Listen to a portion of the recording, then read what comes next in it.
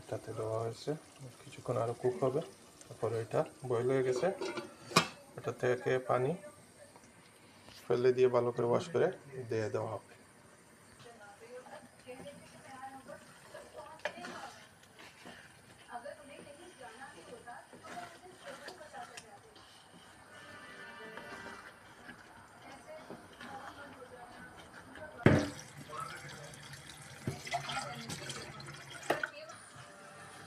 প্রায় 15 minute cooking করার পরে আমরা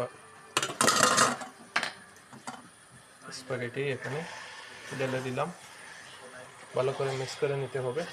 তারপর আরও 10 মিনিটের মতো কুক করে নিলে হয়ে যাবে। ভালো করে মিক্স করে এভাবে রেখে দেবেন স্লো গ্যাসে 10 মিনিট। এখন এটা শেষ প্রান্তে আমরা এই চিজ দেওয়া হয়ে গেল।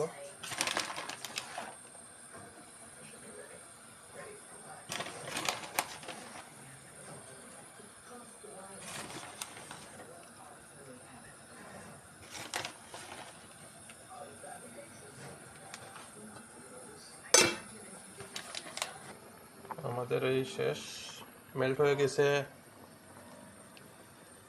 চিজ। এখন অফ করে দেব এবং একটু করে খাওয়া শুরু হয়ে যাবে।